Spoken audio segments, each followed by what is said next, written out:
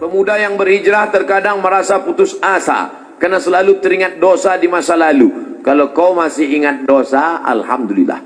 Yang khawatir justru kau nggak ingat dosa. Setelah hijrah kau merasa sudah menjadi penghuni surga, yang lain masuk neraka. Setelah hijrah, bapaknya masuk neraka, emaknya masuk neraka. Yang masuk surga cuma dia, istrinya sama gurunya. Di kaplingnya surga itu. Memang dia panitia akhirat. Orang yang diterima taubatnya ketika dia mengenang dosa-dosanya di masa lalu, maka hatinya hancur lebur, air mata tak tertahan menetes. Itu orang yang taubat nasuha. Ini sekarang punya banyak juga yang hijrah ini. Ustaz, saya ini dulu nakal. Kartu kuning sudah datang.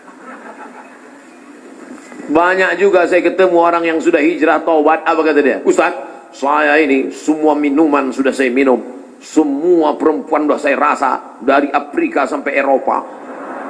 Ente taubat apa bangga? Dosa kok bangga? Ini yang taubatnya diterima Allah SWT. Rasa takut kepada Allah. Apa tujuan puasa 30 hari? Ya ayyuhalladzina amanu kutiba alaikumusyamu kama kutiba alal ladzina min qablikum la'allakum takut. Baik engkau saudaraku, engkau sudah punya rasa takut dalam hati. Dengan bekal takut inilah engkau akan masuk ke dalam surga Allah SWT. Ada orang minta jasadnya dibakar, abunya di laut, dihanyutkan. Kenapa? Karena dia takut. Sebelum zaman Nabi Muhammad SAW, karena dia takut kepada Allah. Kata Allah SWT, karena dia takut kepada aku, masukkan dia ke dalam surga aku. Makanya di antara doa, Allahumma qasim lana min khasyatika ma tahulu bainana wa baina ma'asik. Tanamkan rasa takut ke dalam hati kami, sehingga dengan rasa takut itu kami tidak jadi melakukan perbuatan dosa. Pak Ustaz, tadi saya ke mall, terus tiba-tiba datang cewek ngasih nomor, dia ngajak saya jalan, terus tiba-tiba datang rasa takut saya, Pak Ustaz. Akhirnya saya nggak jadi jalan. Takut sama siapa? Sama suaminya. Untuk masyarakat Indonesia yang beragam, bagaimana model bertetangga yang diajarkan Islam dalam menghadapi perbedaan keyakinan dan latar belakang etnis? Saya nyewa rumah ngontrak di Mesir di lantai bawah. Di atas namanya Baba Yosef Hana. Baba Yosef Hana, agamanya Kristen Ortodok. Saya bertetangga 2 tahun, dari tahun 2000 sampai 2002. 2002 bulan November pulang. Suatu ketika kami datang mengadu ke Baba Yosef. Baba Yosef, kami tidak sanggup lagi bayar uang sewa rumah. Karena Baba Yosef mengatakan sewa rumah mesti saya naikkan. Karena saya kena kanker. Saratan bahasa Arabnya, saya kena kanker nak, maka sewa rumah mau kami naikkan. Kalau Baba Yosef menaikkan sewa rumah, apa boleh buat? Kami pindah dari rumah ini, Baba Yosef. Kenapa? Karena kami juga lebih dahsyat kanker kantong kering. Tahun 98, 99, 2000 krisis moneter. Apa kata Baba Yosef? Kalian jangan pindah, tetaplah di rumah ini. Setiap acara Pak Dubes datang, Baba Yosef kami undang makan bersama. Dan dia juga tetap baik dengan kami.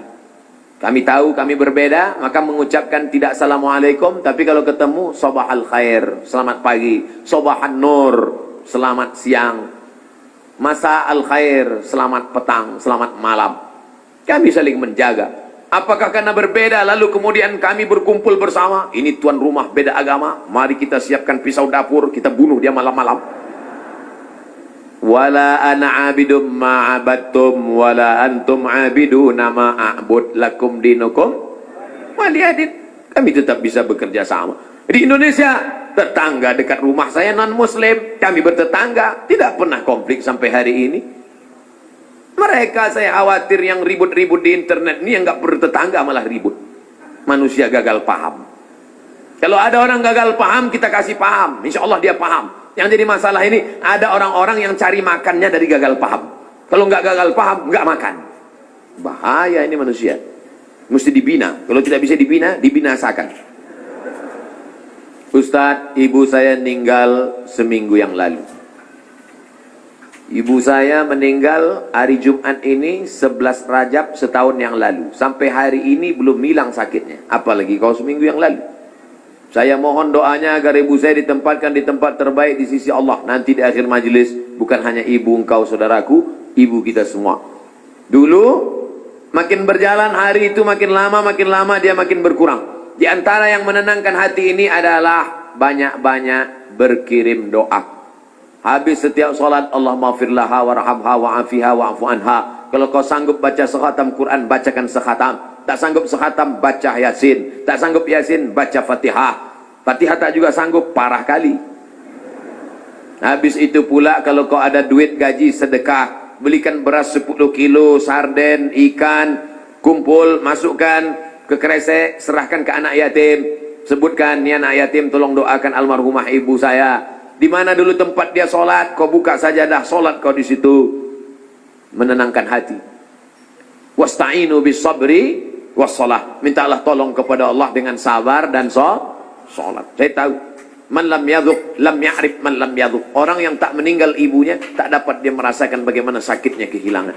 Oleh sebab itu maka yang masih ada ibunya, pulang dari sini, kau belikan makanan kesukaannya, datang ke rumahnya, cium tangannya, suapkan makanan, peluk dia, cium keningnya, senangkan hatinya. Hanya itu yang dapat membuat kau bahagia. Kalau kau ingin rezekimu seperti rezeki raja-raja, perlakukan ayah ibumu seperti raja. Insya Allah semua kesulitan hidupmu akan diberikan Allah kelapangan. Insya Allah. Amin. Ya Rabbal Alamin. Sebelumnya mohon maaf Ustaz, pertanyaan ini keluar dari materi hari ini. Belakangan ini saya lihat banyak perkumpulan orang-orang atau komunitas mengaku Islam modern atau Islam yang bersatu dengan budaya. Bagaimana cara kita memandangnya agar kita tidak disebut musyrik dan diterima di kalangan masyarakat sebagai pecinta budaya daerah? Ini pertanyaannya umum. Kalau mau nanya ke saya masalah hukum fikih, sebutkan secara spesifik satu contoh kasus. Karena kalau cerita masalah budaya, maka saya pecinta budaya. Peci ini agama atau budaya? Budaya. Mana ada hadis Nabi, sahabat, tabi'in, Imam Syafi'i pakai peci? Ini budaya. Saya pakai budaya ini sekarang. Maka kemana-mana saya mau menunjukkan budaya. Ketika di Maroko pun waktu sidang S3 saya pakai. Saya mau menunjukkan saya orang Indonesia. Saya pakai batik. Batik itu budaya? Budaya. Apakah salah saya pakai peci dan batik? Tidak. Ada juga orang mengatakan, jangan pakai batik gambar burung, gak boleh dibawa sholat. Kenapa? Karena dalam burung itu ada tai. Gimana ceritanya? Saya yang bodoh apa dia yang pintar?